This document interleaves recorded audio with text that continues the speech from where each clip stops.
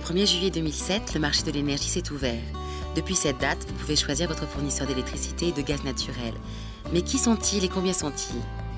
Donc il existe aujourd'hui une petite dizaine de fournisseurs actifs sur le territoire national, en électricité et en gaz. Et c'est avec eux que vous allez signer un contrat et c'est eux ensuite qui vont vous envoyer la facture. Le fournisseur vous fournit donc l'énergie et vous avez le choix entre les fournisseurs dits historiques et les nouveaux arrivants dits alternatifs. La question est maintenant de savoir comment bien choisir son fournisseur. Pour choisir son fournisseur, le critère le plus important, bien évidemment, c'est le prix.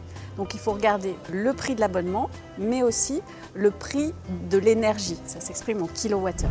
Avec la concurrence, ces prix peuvent différer d'un fournisseur à l'autre. Il existe 2 catégories de prix sur le marché de l'énergie. Vous avez les tarifs réglementés, dont les prix sont fixés par l'État, et les offres de marché. Les fournisseurs historiques, EDF et GDF, sont les seuls à pouvoir appliquer les tarifs réglementés de vente.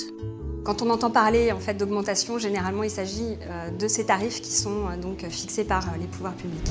Qu'en est-il des offres de marché? Tous les fournisseurs historiques et alternatifs peuvent proposer une offre de marché. Et cette offre de marché va évoluer en fonction des modalités du contrat. Et généralement, les prix qui sont proposés dans le cadre de ces offres sont plus attractifs. Et dans les offres de marché, vous avez des offres dont les prix sont indexés sur les tarifs réglementés. Donc à chaque fois que les tarifs réglementés évoluent, le prix de ces offres évolue également. Mais peut-on éviter de subir ces évolutions? C'est tout à fait possible. Il y a des offres aujourd'hui qui prévoient que le prix reste le même à partir de la souscription du contrat et ce jusqu'à 2 ans. Mais ces contrats sont généralement un peu plus chers au départ que les tarifs réglementés. En revanche, comme ils sont fixes, l'intérêt c'est justement que vous vous affranchissez des hausses tarifaires qui sont prévues par les pouvoirs publics. Parmi ces différents tarifs de l'énergie, il est important de comparer pour choisir la meilleure offre pour vous. Et pour bien comparer, il faut vérifier que les propositions que vous recevez contiennent des informations qui sont comparables. Il faut être attentif aux promotions ponctuelles, à la façon dont les prix peuvent évoluer et ne pas hésiter à poser des questions. En plus des tarifs, il est important pour bien comparer de regarder d'autres critères dans les offres des fournisseurs. Est-ce qu'il doit payer des frais en cas de retard de paiement? Ce ne sont pas les mêmes selon les fournisseurs. La qualité du service clientèle et l'offre en énergie renouvelable sont aussi des critères de comparaison. Pour vous aider à y voir plus clair, n'hésitez pas à utiliser le comparateur d'offres sur le site internet énergie-info. Le comparateur d'offres vous donne le montant que vous allez dépenser sur une année selon l'offre que vous allez choisir. Pour avoir une estimation précise, il faut donner des informations précises. Mais il y a une chose qui est importante, c'est de bien vérifier avec le comparateur d'offres que vous faites bien des économies par rapport à l'offre que vous avez actuellement. Sur votre facture, ces économies concernent uniquement la part fourniture qui regroupe votre abonnement et votre consommation. Une fois que vous avez bien comparé les offres, sachez qu'il est possible de changer de fournisseur. La démarche est simple. Vous n'avez pas besoin de résilier votre contrat. En fait, ce qui se passe, c'est que le nouveau fournisseur transmet la demande de changement au gestionnaire de réseau de distribution, qui s'appelle le GRD. En électricité, le changement peut être effectué dans la journée. En gaz naturel, les délais sont un peu plus longs, au minimum 10 jours.